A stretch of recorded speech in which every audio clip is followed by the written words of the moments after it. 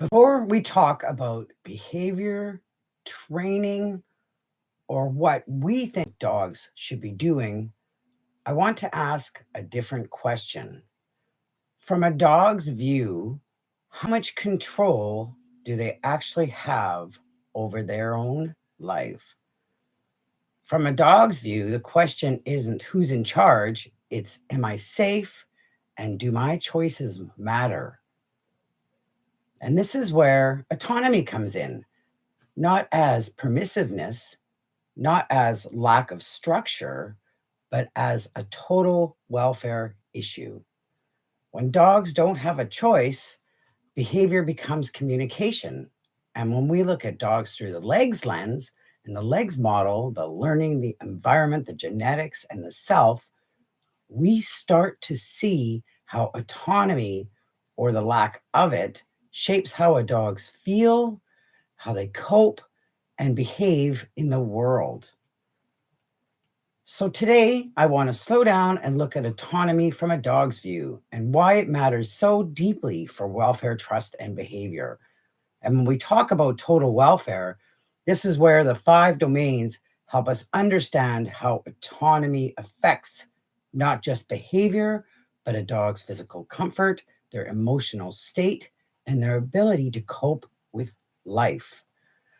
I really wanted to take a minute to discuss a little more about what autonomy is so that you can understand more of how dogs are feeling and from a dog's view.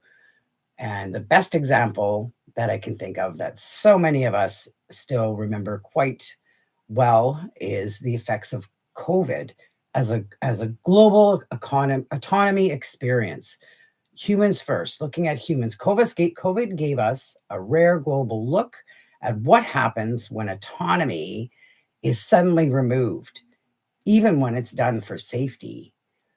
For humans, we felt the autonomy loss looks like restricted movement, loss of routine and predictability, reduced social contact. All of a sudden, we couldn't see our friends, we couldn't go anywhere, a huge limit in the choices that we had for daily activities, and lots of uncertainty and stress. And what happened? It's well documented already with people from having their autonomy removed and their world flipped upside down because of it.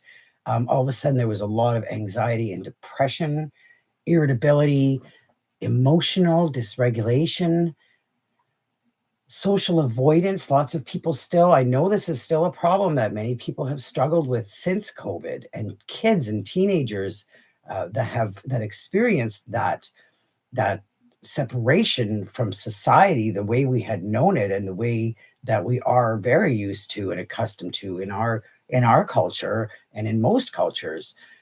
So we ended up with lots of social avoidance and fear of going into crowds and going out places. I know of people who still suffer with this, and the loss of resilience. They just shut down. You can't even recover from how traumatic it is if something happens, even a little bit. And you end up with lots of burnout. We had lots of nervous system overload from all of this. These reactions weren't personal flaws, they weren't personality flaws, they were normal responses to a lack of autonomy. And when we bring it into dogs, the COVID puppy phenomena, I always think about how many people say they got a COVID dog or a COVID puppy. Um, People were always describing them like that afterward. Many people do. And it's not because the dog was broken, because the world they developed in was had constant human presence, very little time alone, very limited exposure to the world around them outside that exists, reduced novelty, so they weren't getting experience in just regular normal things, and less choices and less coping opportunities. And then all of a sudden, for our COVID dogs, COVID puppies, humans went back to work, routines changed, expectations were shifted, and autonomy was still limited, but the support they had there all the time was gone. So behavior didn't suddenly appear, it suddenly was revealed, it suddenly came out. And a great what we have gotten to learn from this, with the most important thing is finding ways to learn from all of these experiences. So what COVID has taught us about autonomy across all of our species, is that during COVID, humans struggled emotionally when autonomy was restricted. Dogs lived that way before COVID, and many still do. Dogs already live in a world that has human controlled schedules, human controlled environments, human managed social interactions, and limited ability to leave, refuse, or to opt out, to just say, no, I don't want to do this. Dogs are very limited. COVID didn't create the problem, it just exposed it more, exposed it. So now people saw it all of a sudden. Tying it in with the legs model and the 5 domains, this is the power of to move, learning. COVID dogs learned that humans are always home. During COVID, they learned that humans were always home. Alone time was not safer or familiar, and the world was very small and predictable. Post-COVID dogs really clashed with those learned expectations. In the environment, during COVID, there was fewer stressors, fewer learning opportunities, and less exposure to that variability. And after COVID, there was sudden environmental overload. All of a sudden, everybody was going all out, and all of a sudden, all over the place, and all of a sudden, everybody was coming in. There was no gradual adjustments and no autonomy to escape the stress for many dogs. Genetically, dogs are predisposed to social dependency, sensitivity, and environmental awareness. So these areas were especially affected. That explains why some dogs coped and others struggled very deeply. And the self of dogs, it accumulates quite quietly, right? Dogs didn't get to build emotional resilience. They didn't learn frustration tolerance, and they didn't learn recovery and resilience skills. So their nervous systems weren't prepared. And when we talk about the 5 domains, COVID disrupted every welfare domain for dogs. Nutrition was often fine. They got fed. The environment was quite restricted and then overwhelming. Health-wise, we had a lot of increased stress-related behaviors, and in the behavior there was much less natural outlets for dogs in the domains model for the behavior. They weren't able to do the natural behaviors, and their mental state ended up with anxiety, insecurity, and hyper attachment. Behavior change was the outcome, not the cause. COVID showed us that when autonomy disappears, even temporarily, humans struggle too.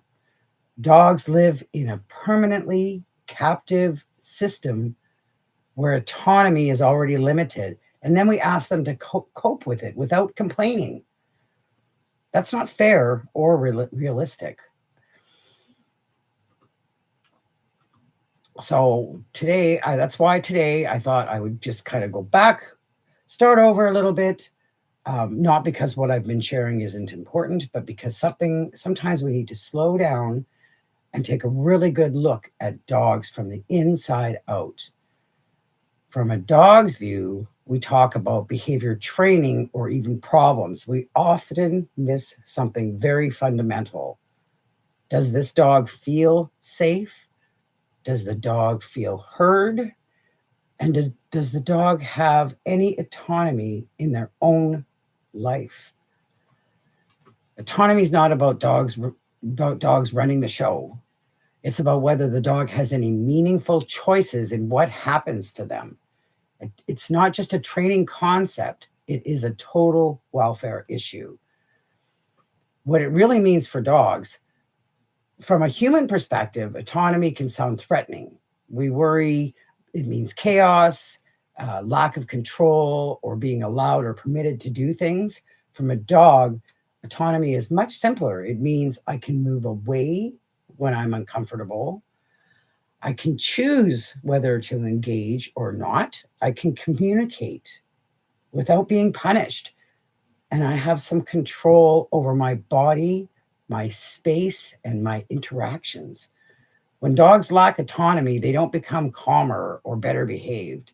They become stressed, shut down, or reactive.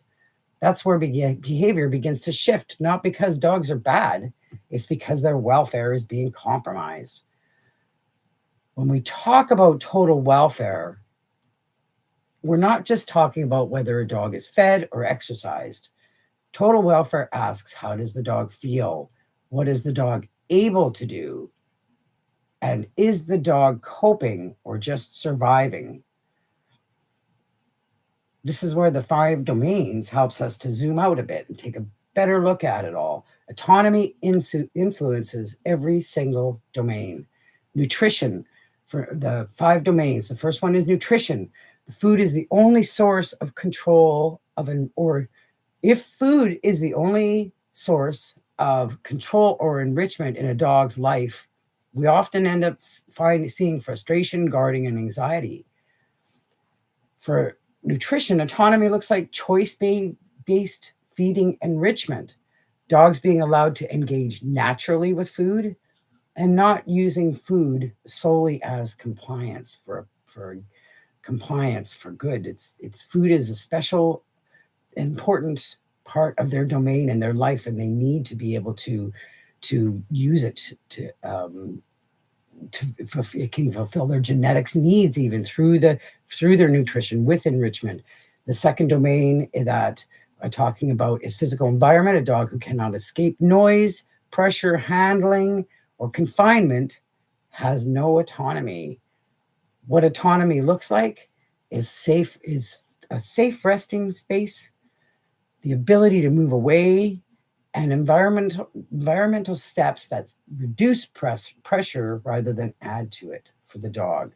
This is often where well-meaning humans unintentionally remove choice. The third domain is health. Pain, discomfort, illness drastically reduce a dog's sense of control. A dog who hurts cannot cope the same way. For an autonomy in respect to health means respecting communication, not forcing movement or interaction, and adjusting expectations when a dog is unwell.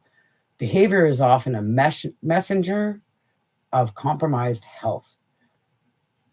Think about that one seriously. Behavior is often a messenger of compromised health.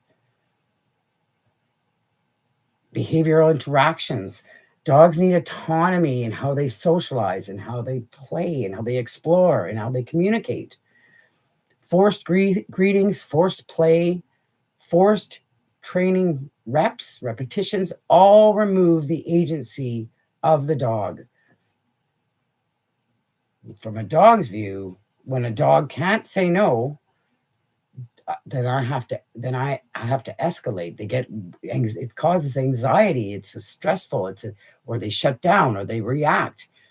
It's these choices with behavioral interactions with people, with the environment, and with other animals is very important. They have to have a chance to have natural interactions, or you do end up with lots of problems like reactivity or shutting them down.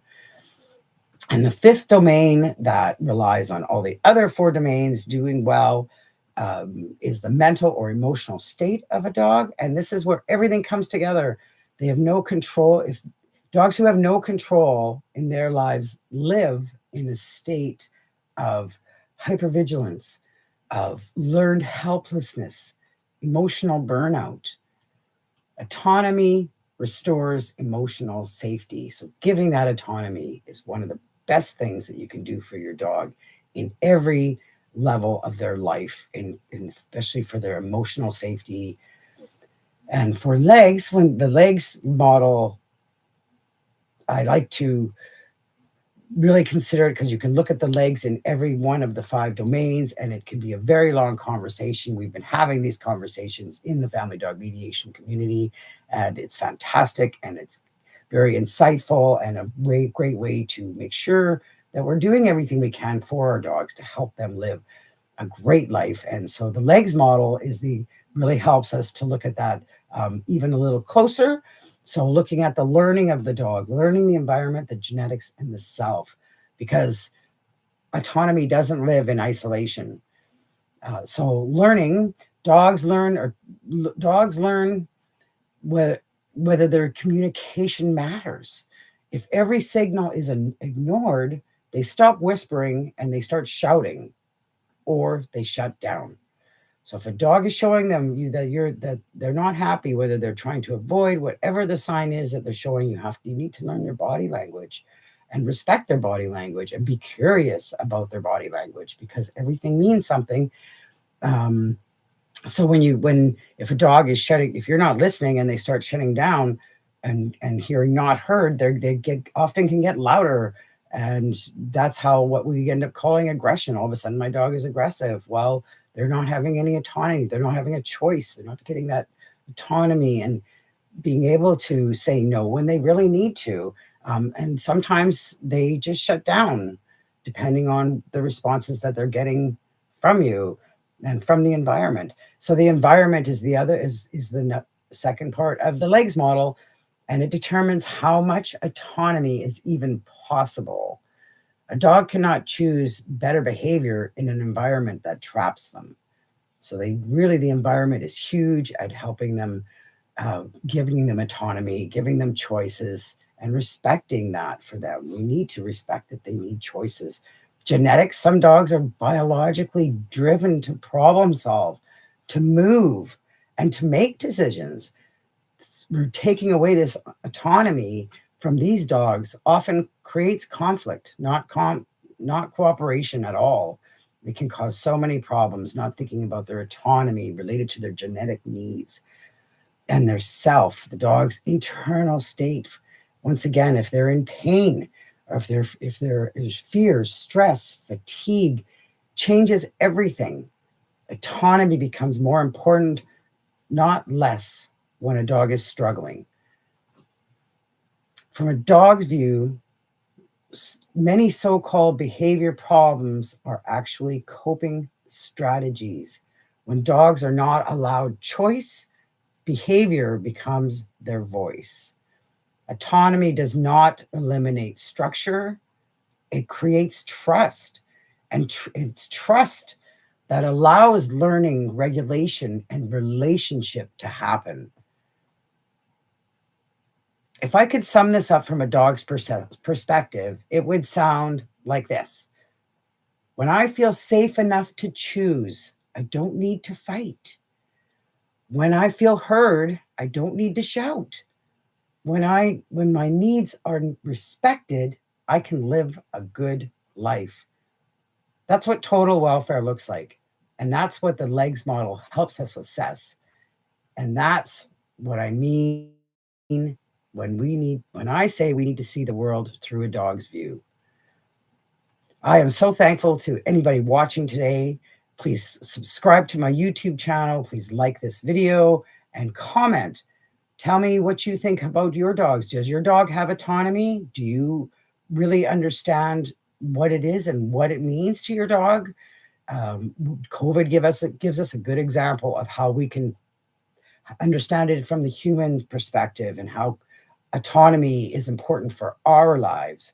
So please think about that and be curious about how you can help your dog have more autonomy to have a better life. Subscribe to my channel. If you want help figuring out how to help your dog help your dog in life and give your dog autonomy and have a great life with your dog, book a call. I'll put the links. It'll be in the description and in the comments. And have a great day. Please share this with anyone who is struggling and doesn't understand what's going on with their dog. This is often a great way to start a new way of understanding their dog. Have a great day.